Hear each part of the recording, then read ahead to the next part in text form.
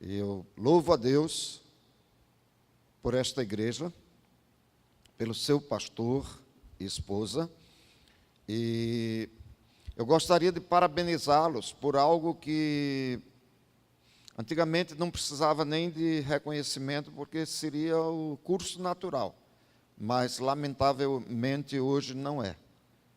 Eu quero parabenizá-los por um culto tão lindo, tão solene, tão reverente, onde, apesar de toda a informalidade, e podemos cantar músicas contemporâneas, isso é muito bom, mas cantamos músicas antigas, temos um culto centrado na palavra de Deus. Eu fico muito, muito contente, pastor Milton, em encontrar isso, porque lamentavelmente às vezes é algo raro. Nós encontramos muitas igrejas onde há mais embalo, mais barulho e pouca devoção, pouca oportunidade para reflexão. Então, vê o modo como Deus está agindo aqui, como a obra do Senhor está sendo feita, isso me alegra muito. Eu gostaria de meditar hoje com as irmãs e os irmãos numa das passagens muito conhecidas e queridas das Escrituras, que é aquele momento quando Jesus esteve com os seus discípulos lá no Getsemane. E nós vamos abrir as nossas Bíblias no Evangelho de Mateus, capítulo 26, e eu vou ler apenas um verso, e vamos trabalhar de certa forma o contexto, porque é uma passagem bastante conhecida e de bastante profundidade. Então, Mateus capítulo 26, e eu vou ler o verso 42. Mateus 26, 42. E retirou-se outra vez para orar. Meu Pai, se não for possível afastar de mim este cálice, sem que eu o beba, faça-se a tua vontade. Oremos. Deus e Pai, nós te agradecemos pela tua palavra. Nós te agradecemos pela vida do teu filho. Graças ao teu grande amor, nós temos a nossa salvação, porque ele pagou o preço na cruz do Calvário no nosso lugar. Obrigado pela tua igreja aqui, Senhor. Fala aos nossos corações, no poder do teu Santo Espírito, que o pregador seja um simples instrumento, no nome de Jesus. Amém. Há algumas perguntas que todos nós fazemos no nosso dia a dia, e algumas dessas perguntas parece que nós começamos a fazê-las depois que recebemos a Jesus. Não sei se dá para cada pessoa imaginar aqui os primeiros passos na vida cristã. Alguns, como nosso irmão Valdec, muitos até nasceram num lar cristão. E às vezes até fica difícil de determinarmos quando foi o momento que nós fizemos uma decisão ao lado de Jesus.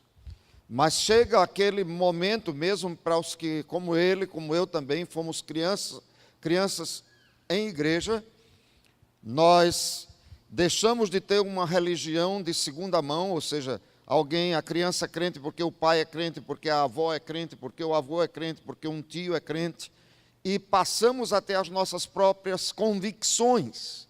Há aquele momento quando nós recebemos Jesus Cristo como nosso Salvador, quando nós abrimos o nosso coração e passamos a ter uma experiência que é uma experiência pessoal com Jesus. E a partir daí, nós começamos a fazer certas perguntas, e talvez a principal delas seja a seguinte: Senhor, o que é que o Senhor quer de mim agora? Senhor, o que é que o Senhor quer que eu faça? Muitas vezes nós perguntamos: qual o plano de Deus para a minha vida? De que modo Deus está me falando agora? Quais são os planos dele para mim? E também é óbvio, todos nós temos os nossos planos. Então nós precisamos alinhar os nossos planos de acordo com o propósito de Deus, aquilo que Ele tem traçado para cada um de nós. Entenderam esse exercício? E eu sei que vocês estão praticando esse exercício, mas hão de convir comigo que não é fácil.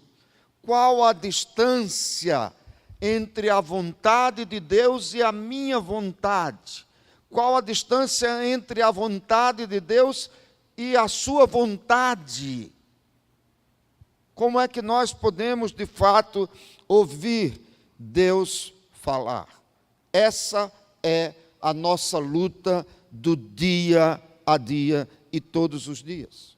E não basta sabermos o que Deus quer de nós, nós precisamos ter a coragem, a submissão, a humildade, a sabedoria para dizer ao Senhor: Senhor, cumpra-se em mim, conforme a tua palavra, como disse Maria, mãe de Jesus, ainda arriscando a sua própria vida. Aqui no Getsemane nós encontramos o próprio Jesus vivendo essa agonia para fazer a vontade do Pai.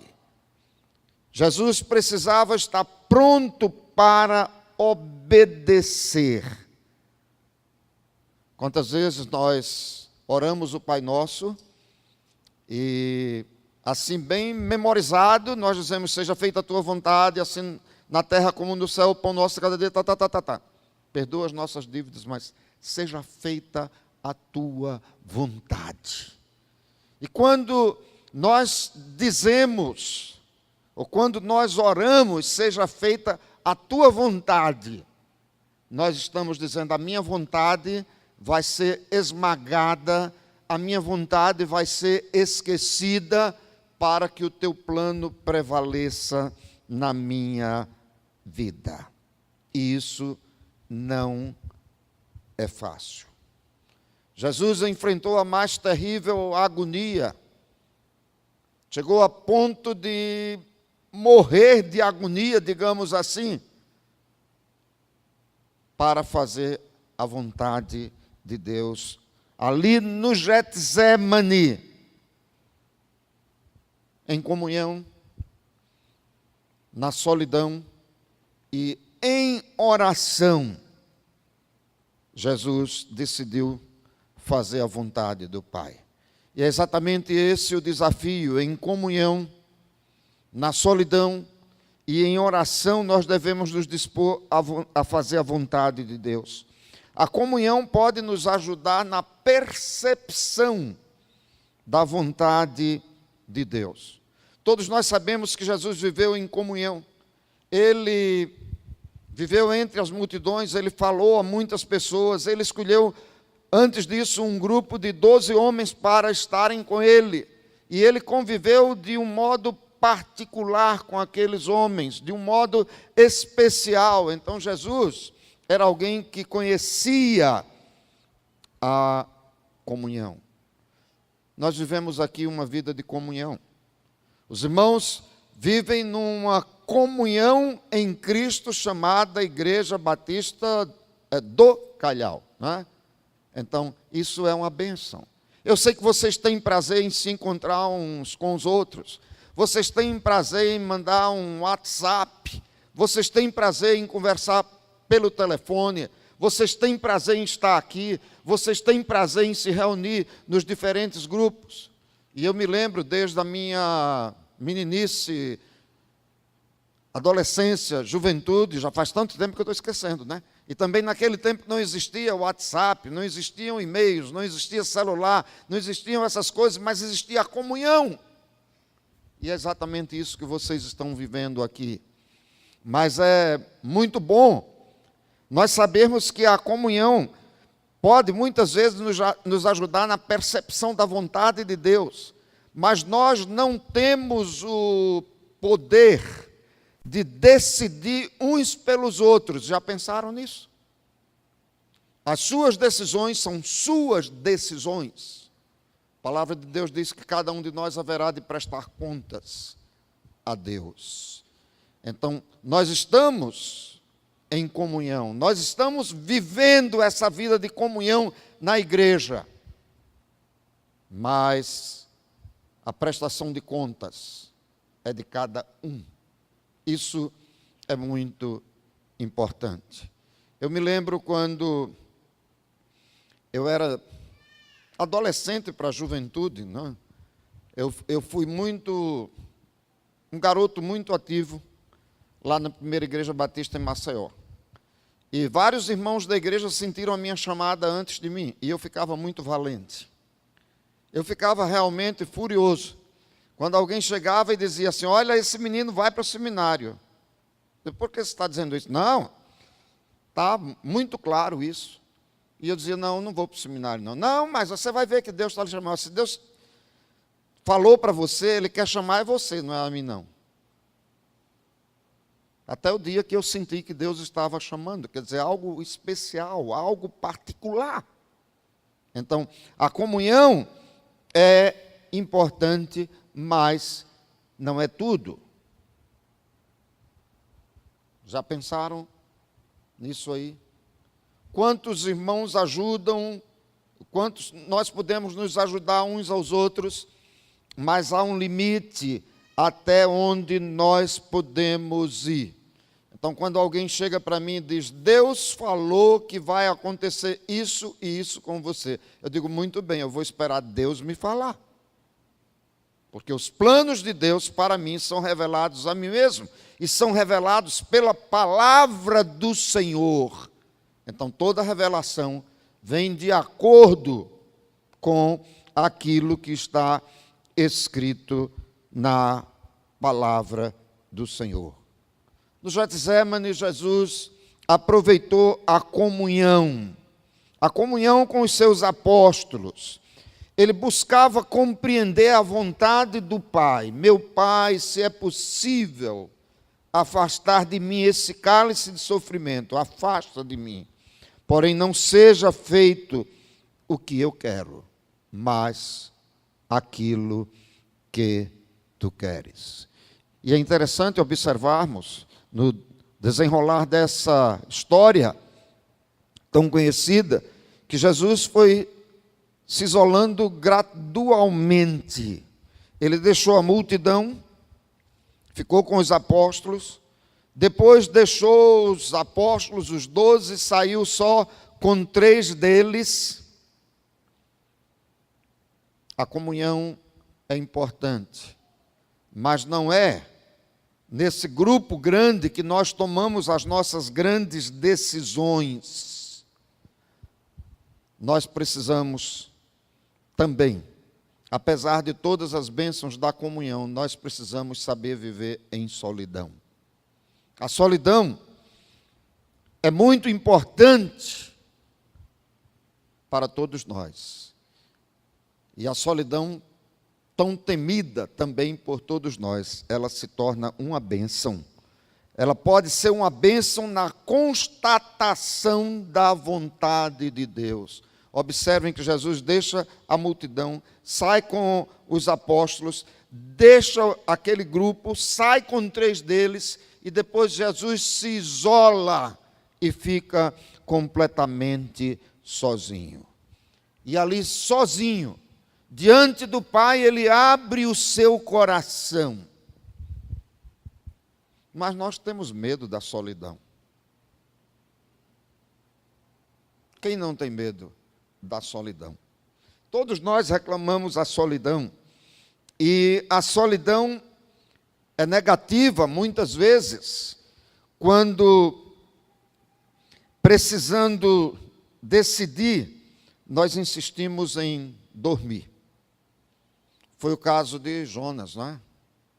Jonas, ele foi para o porão do navio, solitário, achando que podia fugir para um lugar completamente diferente daquele lugar que Deus o estava enviando. Quantas vezes nós pensamos que podemos negociar com Deus? podemos deixar para depois. Senhor, deixa isso para o ano que vem. Senhor, deixa isso para depois. Senhor, agora não. E a palavra do Senhor insiste em nos falar. A solidão é negativa quando nós nos afastamos dos outros para insistirmos naquilo que nós queremos, fugindo da vontade de Deus.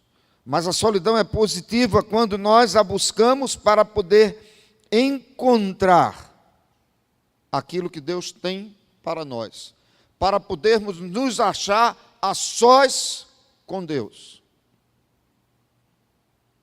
Em 1999, século passado, eu era pastor no Recife, trabalhava com o Seminário Teológico Batista do Norte do Brasil já há quase 15 anos. Eu estava muito satisfeito na minha igreja, no seminário, na cidade do Recife, com minha esposa, continuo satisfeito, com os 4 filhos, e eu estava naquilo que a gente chama de zona de conforto, não é? Daqui não saio, daqui ninguém me tira. Se havia uma cidade que eu detestava a ideia de um dia residir nela, depois de São Paulo, era Brasília. Eu tinha verdadeiro pavor de Brasília, assim um pavor gratuito. E as portas para Brasília foram se abrindo e eu ia dando as costas e as portas iam se abrindo e eu dizendo, não, Senhor, não sou eu. E eu só faltei dizer ao Senhor, Senhor, o Senhor está enganado. Quantas vezes nós ficamos obstinados e queremos fazer a nossa vontade, queremos fazer o que nós queremos. Mas era muito difícil sair da minha zona de conforto para atender a vontade de Deus. E eu me lembro que nesse tempo eu fui a Manaus para dar um curso lá, aliás, dar 2 cursos, um em uma faculdade e um num seminário. E então naquela semana me colocaram num hotel e eu fiquei sozinho, eu viajei sozinho.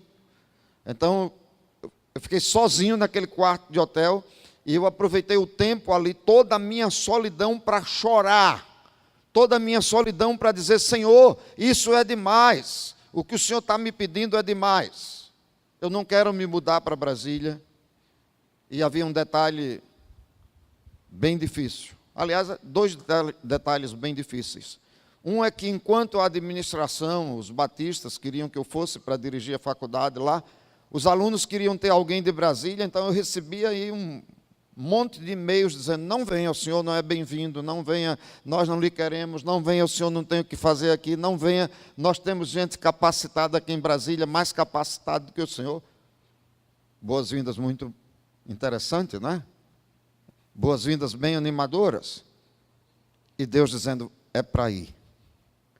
Mas havia um detalhe que dificultava mais ainda, porque ir para Brasília significava deixar os 4 filhos na cidade do Recife. Vocês já ouviram falar em pais pródigos? Não, não é? Estão ouvindo pela primeira vez. A gente ouve falar em filho pródigo. Mas eu e minha esposa nos tornamos pais pródigos, porque nós insistimos em não ir, e Deus nos falou. E ali naquela solidão eu bradei ao Senhor, eu chorei, eu disse, Senhor, não sou eu, Senhor, há um engano aí. Mas não havia engano algum. E eu dou graças a Deus por aquele período de solidão. Eu dou graças a Deus porque cada clamor que eu levantei diante do Senhor, Ele me recebeu. Será que nós temos buscado ao Senhor Deus na nossa solidão? Será que nós temos o tempo de retiro pessoal, individual? Entra no teu quarto, fecha a tua porta e teu Pai te escutará. Então, é essa a fórmula. Mas nós vivemos num corre-corre tão grande. E nem sempre nós tiramos esse tempo do estar a sós com Deus.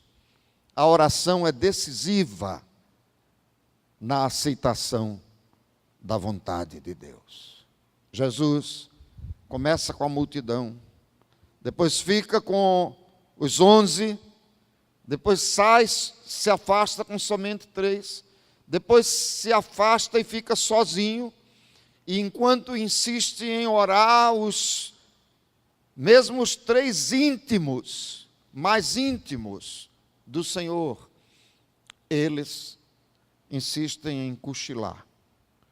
Quantas vezes a gente vem para o templo e cochila no templo, né? Não estou vendo ninguém cochilando. Mas quantas vezes isso acontece? Quantas vezes acontece comigo mesmo? Mas Jesus diz: vigiai e orai para que não entreis em tentação.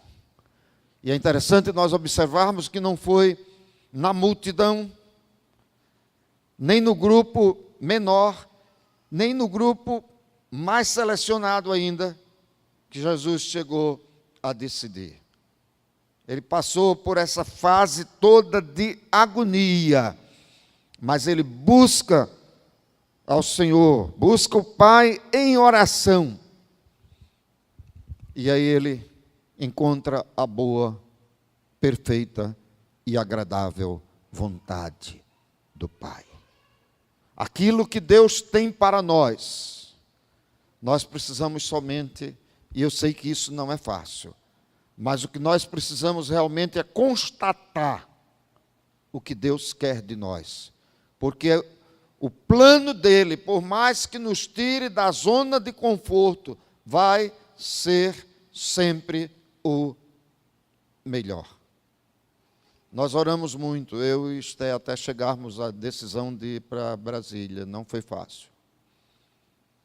Saímos chorando do Recife.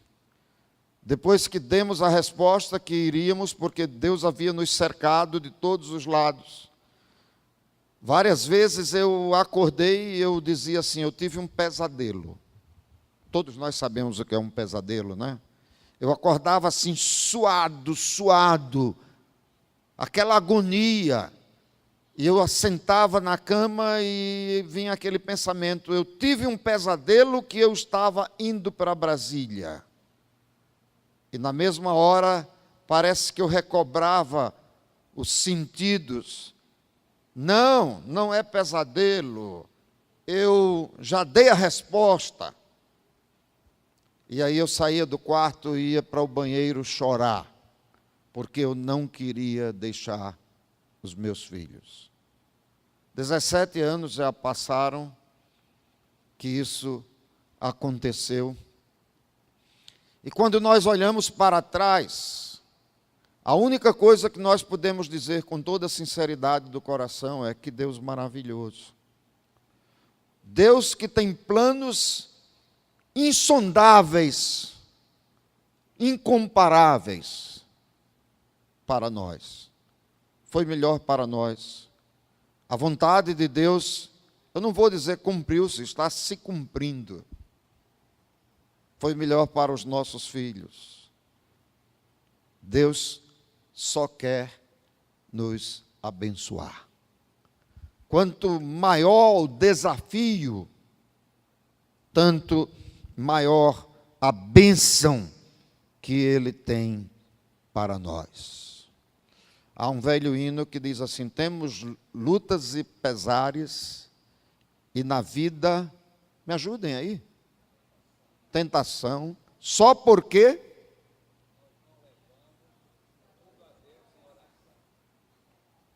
exatamente, só porque nós não levamos tudo a Deus em oração. Nós criamos o hábito muito bom de fechar os olhos para orar. E eu fecho os olhos para orar. Todos nós fechamos os olhos para orar. Devemos continuar a fazer isso. Mas devemos também nos lembrar que nós não precisamos nos escravizar tanto a isso de só orar se for de olhos fechados. Você vai dirigindo o seu carro, ouvindo um programa evangélico e o pastor lá do outro lado diz: aonde você está? Feche os seus olhos. Não, não feche. Não feche. Você está dirigindo o carro. Então, quantas vezes, onde nós estamos com os olhos abertos, a minha primeira oração de todo dia, ela é com os olhos abertos. Nós moramos em frente para uma praça muito bonita. E eu gosto de chegar ali na janela do quarto, sentir a brisa, ver o amanhecer e pensar que as misericórdias do Senhor estão se renovando naquele dia. E me colocar diante dele assim, olhando o céu, olhando a natureza, olhando tudo, vendo o Senhor e dizer: Senhor, eu estou aqui. Quais são as ordens que o Senhor tem para hoje? Um hino do HCC que eu gosto muito diz assim: não é minha vontade, mas é tua. Não são meus os caminhos, mas são teus. Que eu comece uma nova caminhada vivendo segundo a vontade de Deus. É tão bonito. É tão bonito cantarmos, mas não é fácil. Quando chega na segunda-feira que nós temos que tomar decisões, nem sempre nós nos lembramos que cantamos, que queremos ser como Jesus, que queremos que a vontade de Deus se cumpra nas nossas vidas. Saulo de Tarso fez a mesma pergunta que nós fazemos. Quando ele caiu por terra, ali na estrada para Damasco, ele perguntou: o que queres que eu faça? Mas antes disso ele perguntou: quem és, Senhor? Então, quem é o Senhor a quem nós servimos? Quem é o Deus a quem nós tributamos os nossos louvores? Que queres que eu faça? E Saulo mudou completamente. O Saulo de Tarso acabou. Ele se levanta não mais como perseguidor, mas como pregador da palavra. Ele se levanta não mais como inimigo de Jesus, mas como amigo de Jesus. Ele se levanta para proclamar o amor de Deus revelado em Cristo Jesus. E a experiência com Jesus mudou tanto a vida de Saulo, que ele chega a dizer: vivo não mais eu, mas o quê? Cristo vive em mim. Cristo vive em cada um de nós. E nós precisamos fazer da nossa vida um hino de louvor.